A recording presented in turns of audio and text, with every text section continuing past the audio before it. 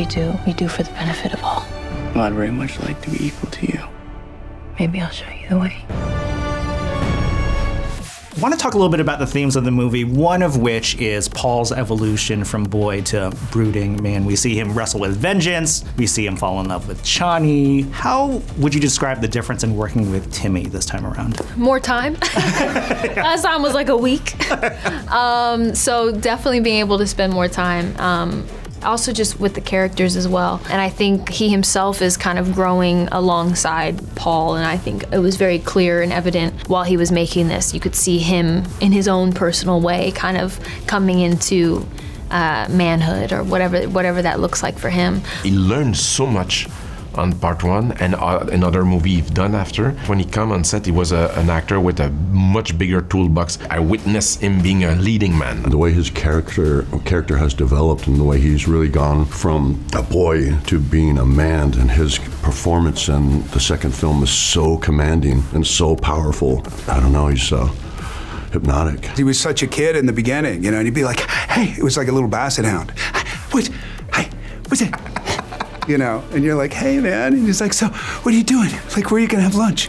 And he just wanted to know. He was so available to know. And now he's a bit of a veteran, and he's been through it. And he's done Dune, and he's done Wonka, and now he's done Dune 2, and he's going to do other great things. And there's a little grit there, and there's a little edge there. Mm-hmm. It was really nice to see him come of age. All my visions lead to horror. Because you lose control. Because I gain it. The work between Zendaya and Timothée, just stunning. What makes them such really great scene partners together? Man, the thing is that I will say that when we did part one, Timothée had spent months with old people all around him, and when he saw Zendaya coming outside, he said, finally someone of my age I can relate to, and they became very close friends very quickly. It's just, I'm a lucky director.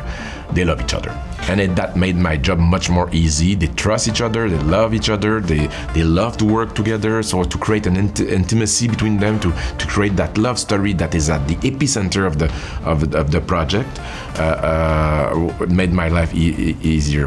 You became like really good friends with him in real life. Absolutely, after the first yeah. movie. You're friends with him in real life. How did that elevate the scene work between Paul and Chani? Well, it's feeling safe and comfortable, and being able to ask questions and feel like, there is no such thing as a stupid question, when you're with people that you feel that safety with. And I also think that everyone on this cares so much too. Like, we all want to do a good job, and not just caring about each other, but caring about what we're making together too. When you have that care and that sensitivity to it, then you feel like, again, safe and protected, and in a place where you can do your best work and have the snotty nose cry or whatever.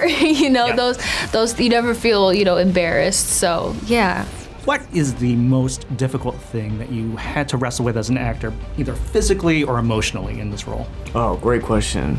Probably physically, although I came into it better prepared than on the first one, but that once we were shooting in the desert, those are practical sets you have to get to, and practical sets you have to scale sometimes within a scene. And without giving too much away again, when Gurney Halleck's having trouble keeping up with the gang, so there was a physical challenge, simply not acute, but in the marathon of shoots in the desert, just the wear and tear on your body. But this time I find it more exhilarating and sort of affirming on the other side of it.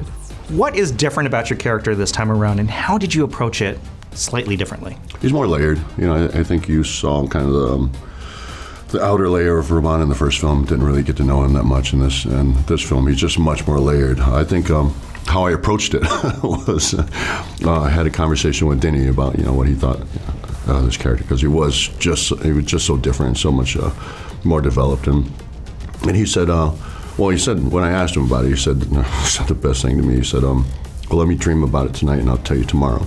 And I thought, I got excited by that. It's like, oh man, this is gonna be great. And so he did. We had a conversation about it, and he said, at the core of Urban, he's a coward. He's a coward, he's insecure, and it just comes out in rage, and he's a bully, and he's a drunk. And And so that was when I always thought, in everything I did, I always thought that inherently Robin he's a coward, and he's just masking everything with rage because it's the only thing he's good at, because he's not very smart, and he knows he's not very, very smart. So that was what I think. And everything that I did, everything I said, I always tried to play it like I was trying to process everything because I just didn't get it. I just didn't understand. Yeah. And also thought that if I may be enraged, but also it's because I'm such a coward. The character's such a coward. I mean, I think he's more of a desert rat now. I mean, he comes from Caladan. He comes from royalty. He's protecting royalty. All that's gone now. He feels like he failed miserably. He's like resorted to some criminal whatever, and it's nice. It's a nice difference. His hair is all grown out in his face. He's skinnier now. He's all kind of sucked up and like a little meth addict. But yeah, it's nice, And then you see the reaction, which I love what Denis picked, to see the reaction when Gurney sees Paul for the first time, because we did it a bunch of different ways, and then you just see this incredible vulnerability and just his whole life come back in his eyes. And it's really nice. When we meet the characters, we obviously take off from where we ended, which is wonderful. So the actual fundamental emotion is that of the same. A plan, an idea, a structure, and a go-ahead. And then everything just changes. And I think one of the wonderful things for my character is when we're put into this environment with the Fremen, there's basically a rock and a hard place situation for Jessica, where you have to make a decision to either die or, become a reverent mother.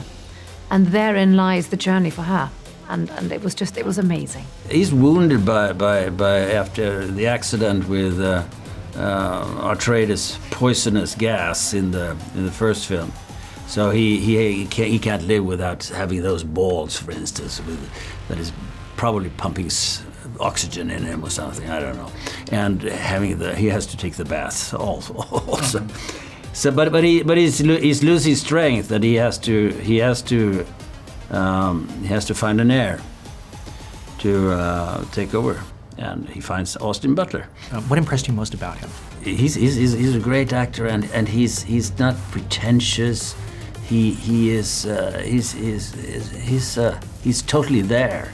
And he's there for you too. I mean, he's playing with me, and so he's not doing a solo or anything.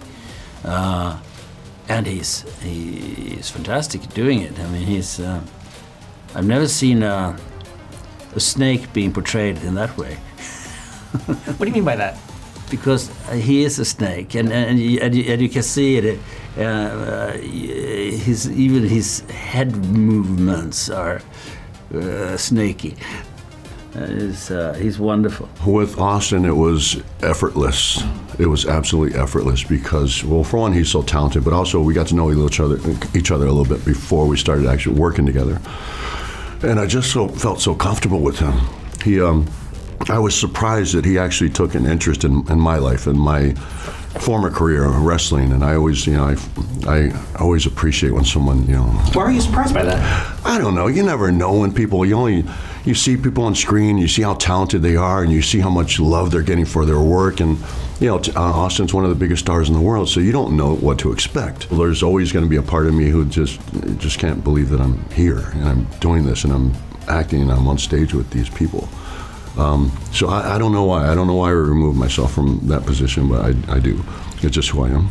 What was it like to prepare Austin and Timothée, especially for that final culminating duel at the end of the movie? But I would say that both of them respect each other, but they quickly they became friends as well, and the intimacy of the combat. Where you have to dance with, combat is a dance, so they had to help each other, to complement, they were complementary, they became a team. It was a lot of training that we both did. Yeah, we had months before we ever met in Los Angeles where we both trained with a Kali instructor. And then Roger Ewan started getting more specific with us about what the fight was. And then when we got to Hungary, we started working with the most amazing stunt team in the world. And we worked through the specifics of fight styles, but then also how the choreography was going to work together. And then our first day meeting was in the big stunt warehouse, and We met each other and then immediately got into the fight. Oh wow! And Day one. Day one, we that was the first thing that we did together. So we bonded while wrestling. You know, yeah. No text, no coffee beforehand. No text, no coffee. Yeah, just right just into straight it. fight. Denis calls it a little bit like it's like the choreography was like intimate. So like meaning that there was a lot of trust and kind of just given. It was intimate. It was immediate. Yeah. There's no small talk. Palpable. It was palpable. What happens after that? Do you guys hang out? Do you decompress after a really highly kind of a? I mean, that is a really high-level scene. In the rehearsal or in the actual shooting of it? In the actual shooting. In the actual shooting, I think it was relief. I don't know. I feel like but we made it to the other side. We gave it our all. Yeah, you've said the word cathartic. I like that it's word. cathartic. Yeah, there's a catharsis about it. Because you work so hard leading up to the moments like that, and then when you finally bring it, and when you feel like you didn't let everybody down, right? And instead you got to leave it all on the field. It's a good feeling. Yeah. You know, at the end of the movie, there's a nice little scene for folks who have followed your career to see you spar with Dave on camera yet again in a scene. As veterans of a very famous franchise, what is it like for you to share those moments on screen? Great. Yeah? I mean, it's great. I wish it lasted longer. Yeah? But it was great with him because we went through this whole sword fight that we were really, the focus was that. You know, how am I going to be able to pull it off? Can I do it off? And can I do it in one take and all that? And am I in that kind of shape? And then you show up with Dave, who's in perfect shape, and it's like, okay, do what you have to do to him. And like, is that possible? Can I do that? You know, and but he's so easy. He's so fun to work with, and he's so easy, and he's so no ego. There's like zero ego there. I've known Josh for years, and we've had a lot of conversations about everything other than the business and about life in general and mistakes we've made and our journeys, and those are always the best conversations. Which I think made me love that guy so much. So sharing any scene with him is always an honor and a pleasure. And selfishly, I love it because I respect him so much. We have a good time together because I think he's been around and I've been around and Javier's been around and that's an easy volley. And I mean, what was great is you had in one room, you had Timothée, Zendaya, Florence, Austin, Rebecca, you had Javier, you had me, you had Charlotte Rampling, you had Christopher Walken. I mean, crazy, man. I know. It's like you're looking around, like I don't care who you are, I don't care how famous you are, what your work is. You look around and you're like, this is probably never going to happen again. This is a truly, truly special moment.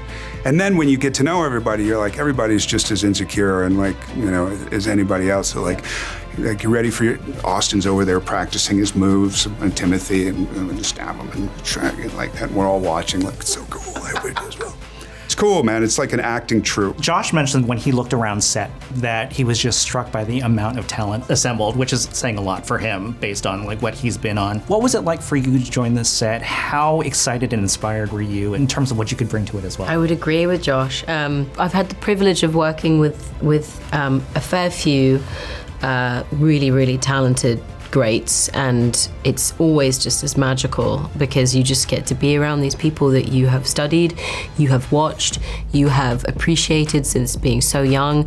And then on this set, you not only have that, but you have every single young actor that you have like admired, and you get to be around this energy. It was truly, I mean, it was completely exhilarating coming in anyway. Just the first movie obviously took everybody by storm. Everybody was so impressed and excited by this world. And I got to watch the first movie, be desperate to be in the second, and then I was. So I truly felt like it was my, like, you know, fan visiting day, because I got to be in this world. I got to be amongst them as they made the second movie, and then I got to leave. And I didn't know how the rest of it was baked. I got to figure that out when I watched the movie. So truly the whole thing was just very, very magical, and you know, completely agree with Josh. Everybody there is as eager and as excited as the next, and wanting to do such a good job, and wanting to kind of like outshine themselves the day before, because everybody's just got this level of energy and talent. That's how I imagine what making movies should feel like.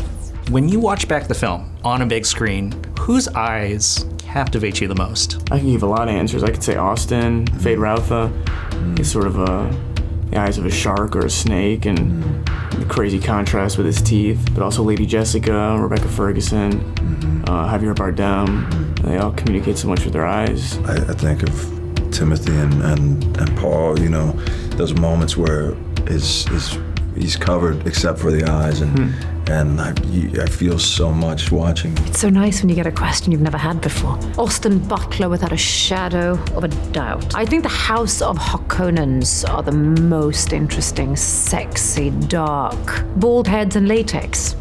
It's fantastic. It's the yuck. The way that he tilts his head and just looks through the people he's looking at. I think I was drawn. I was just so drawn to him. I love actors that can be silent in the corner and that are listening to the others, and you will read all story in their eyes in the most subtle way. Both Zendaya and Florence Pugh were, at certain precise moment in the movie, witness, and the way we can read their emotional journey in the most subtle way is very moving for me.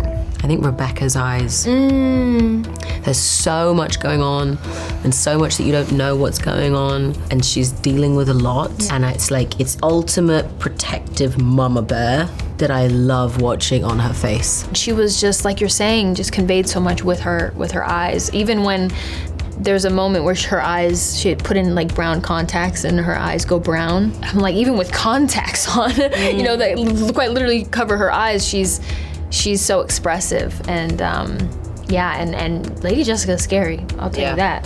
And you know, Chani and Lady Jessica, they don't quite see eye to eye. You know, it's a monster-in-law vibes. So You give her some fierce eyes too, though. yes, I try my best.